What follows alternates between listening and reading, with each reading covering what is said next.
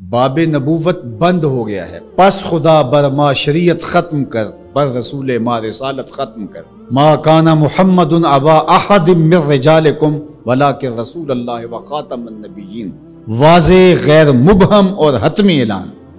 لیکن اس کے باوجود بھی ایک شخص نے کہا کہ میں نبی ہوں، لوگوں نے اسے بھی مان لیا۔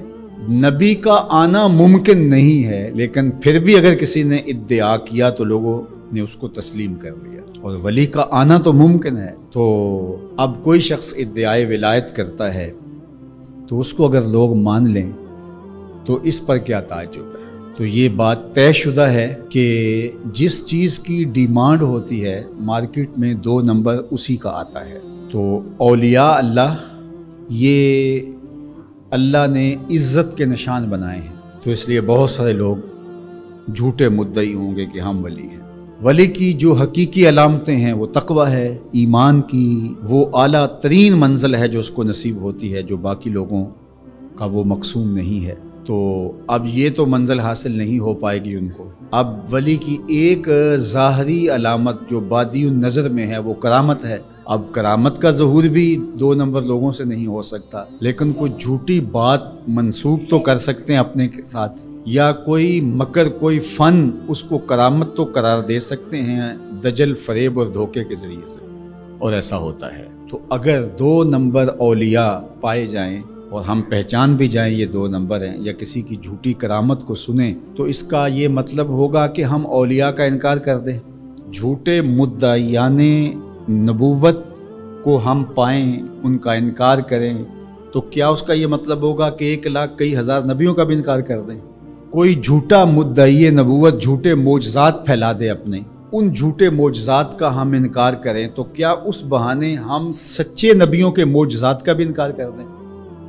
یہ تو دانش مندی ہی نہیں ہے۔ اس طرح 2 نمبر لوگوں کے گھڑے ہوئے کلام کو، گڑی ہوئی باتوں کو، ان کے دجل و فریب کو، ان کی تلبیسات کو، ان کی دسیسہ کاریوں کو، ان کے مکر کو، ان کے متبعین کی گڑی ہوئی چیزوں کو، ان کے حفوات کو ہم کیا کرامت قرار دے دیں؟ ہم کہتے ہیں نہیں، بالکل نہیں ہے۔ تو کیا اس کا یہ مطلب ہے، اس کا یہ مفہوم ہے کہ جو اللہ کے ولی ہیں ان کے حقیقی کرامات کا انکار کر دیا جائے؟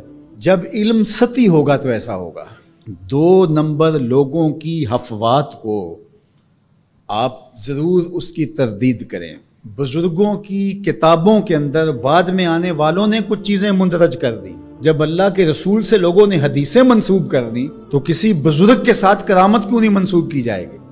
یہ ہو سکتا ہے، اس کو آپ الگ کیجئے، فن کے اعتبار سے الگ کیجئے، جس طرح محدثین نے کیا، انہوں نے چھانٹی کی، موضوع اور صحیح کو الگ الگ کیا۔ یہ تو نہیں ہے کہ ایک موضوع حدیث آ گئی تو پورے ذخیرہ حدیث کا انکار کر دیا، ایسا تو نہیں کیا۔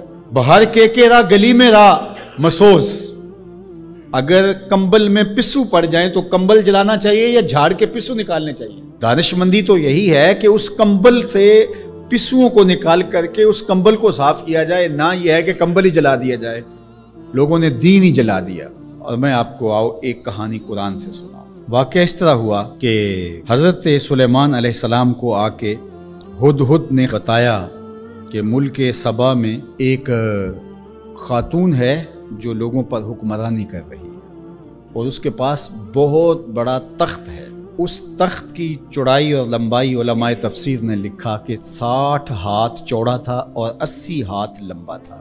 حضرت سلیمان علیہ السلام نے اس کو خط لکھا ملکہ بلقیس کو کہ تم میرے پاس حاضر ہو جاؤ، ورنہ جو ہے وہ میرے ساتھ جنگ کرنے کے لیے تیار ہو جاؤ۔ اس نے تحفے اور انعام و اکرام لے کر کے حاضر ہونے کا فیصلہ کیا۔ جب وہ بہت قریب آ گئی تو آپ کی مجلس لگی تھی حضرت سلیمان کی، تو آپ نے اپنے لوگوں کو کہا کہ وہ جس تخت پہ ناز کرتی ہے تو کوئی ہے اس کے آنے سے پہلے لے آئے، اور وہ بالکل قریب آ چکی تھی۔ تو ایک جن اٹھا، اس نے کہا حضرت یہ خدمت میرے ذمہ لگائیے۔ قال عفریت من الجن، وہ بڑا قوی ہیکل، بڑا طاقتور، بڑی توانائی رکھنے والا، اس نے کہا کہ حضرت یہ ذمہ داری میری رہی، کب تک لے کے آؤ گے؟ کہا مجلس برخاست ہونے سے پہلے لے آؤں گا۔ صبح کو مجلس لگتی تھی، دوپہر کے وقت برخاست ہو جاتی تھی، تو اس نے کہا مطلب میں دوپہر تک لے آؤں گا۔ اللہ اکبر! 1 مہینہ جاتے ہوئے لگتا تھا، 1 مہینہ آتے ہوئے لگتا تھا۔ डबिया भी हो और जेब में डाल के ले आनी हो फिर भी 2 माह चाहिए। और वहां पहरों के अंदर मुकफ्फल था, बड़ी बात थी ना। लेकिन हजरत सुलेमान ने कहा नहीं, मुझे इससे भी पहले चाहिए। तो फिर क्या हुआ? काल अल्लज़ी इंदहु इल्मुम मिनल किताब, फिर वो उठा जिसके सीने में ज़बूर का इल्म था, जो किताब को जानने वाला था। वो बोला आना आती का बेही कबला अन यरतद्दा इलैका तरफुक, हजरत आप आंख बाद में झपकेंगे, तख्त पहले पड़ा होगा। और हजरत सुलेमान ने भी आंख नहीं झपकी थी, तख्त पड़ा हुआ था। 1 महीना जाते हुए लगता है, 1 महीना आते हुए लगता है। यार हजरत सुलेमान का उम्मती आने वाहद में तख्त लेके कदमों में हाजिर कर दें, और ये कुरान ने कहा है, तो शाह नक्शबंद बुखारे से काबिल में नहीं आ सकते। बाकी उम्मतों के वली शानों वाले हैं, लेकिन जिस तरह हुजूर नबियों से अफजल हैं, हुजूर की उम्मत उम्मतों से अफजल है, हुजूर की उम्मत के वली बाकी उम्मतों के वलियों से अफजल है। मिन हैसुल मजमू हजरत सुलेमान के गुलाम की शान है कि आने वाहद में ये करिश्मा कर दिखाते हैं, और मुक्तदी बन के हजरत सुलेमान मस्जिद अक्सा में जिस नबी के पीछे खड़े हैं, उस इमाम की शान का आलम क्या होगा? जिसके गुलाम की ये शान है, उसके इमाम की शान का आलम क्या होगा? मुझे एक ज़िम्मेदार शख्स ने बताया, जो महफिल का इंतज़ाम व इंसराम करता है, कि हमारे यहाँ एक पीर साहब तशरीफ़ लाए, तो हमने उनको कहा कि आप बर वक्त तशरीफ़ ले आइएगा, लेकिन वो देर से आए। तो हमने उनको बड़ा ज़ोर दिया कि महराब के पिछले जानब से जो अक़बी दरवाज़ा है, उससे आप अंदर तशरीफ़ ले आइए, ताकि तकरीर वाज़ नात जो भी चल रहा है, और फिर इतने लोगों का हुजूम है तो आप गुज़रेंगे। तो वो नहीं माने, उन्होंने कहा नहीं, मैं तो इधर से आऊँगा। और फिर वो जो है वो दरवाज़े से, मेन दरवाज़े से दाखिल हुए, और फिर लोग खड़े हो गए, और फिर नारे, और लोग एक दूसरे के ऊपर गिर रहे हैं, और बूढ़े आदमी नीचे आ रहे हैं, और वो आहिस्ता आहिस्ता चलते हैं। उन्होंने मुझे बताया कि वो होले होले चल रहे थे। होता ना कि गुंजाइश मिल गई है और लोग एक दूसरे के ऊपर गिर रहे हैं, कोई बूढ़ा आदमी है, ज़ख्मी हो जाएगा, उसका तकद्दुस मजरू होगा, लेकिन वो होले होले चल रहे थे। वो उस प्रोटोकॉल का लुत्फ़ ले रहे थे, उस प्रोटोकॉल का नशा उठा रहे थे।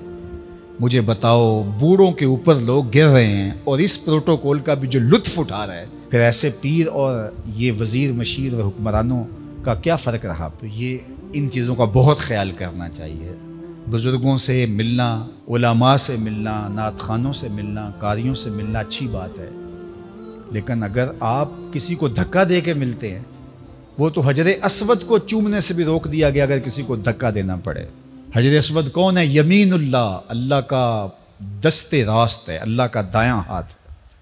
जो हजर अस्वद को चूमता है वो रब से मुसाफा करता है, कितनी बड़ी बात है।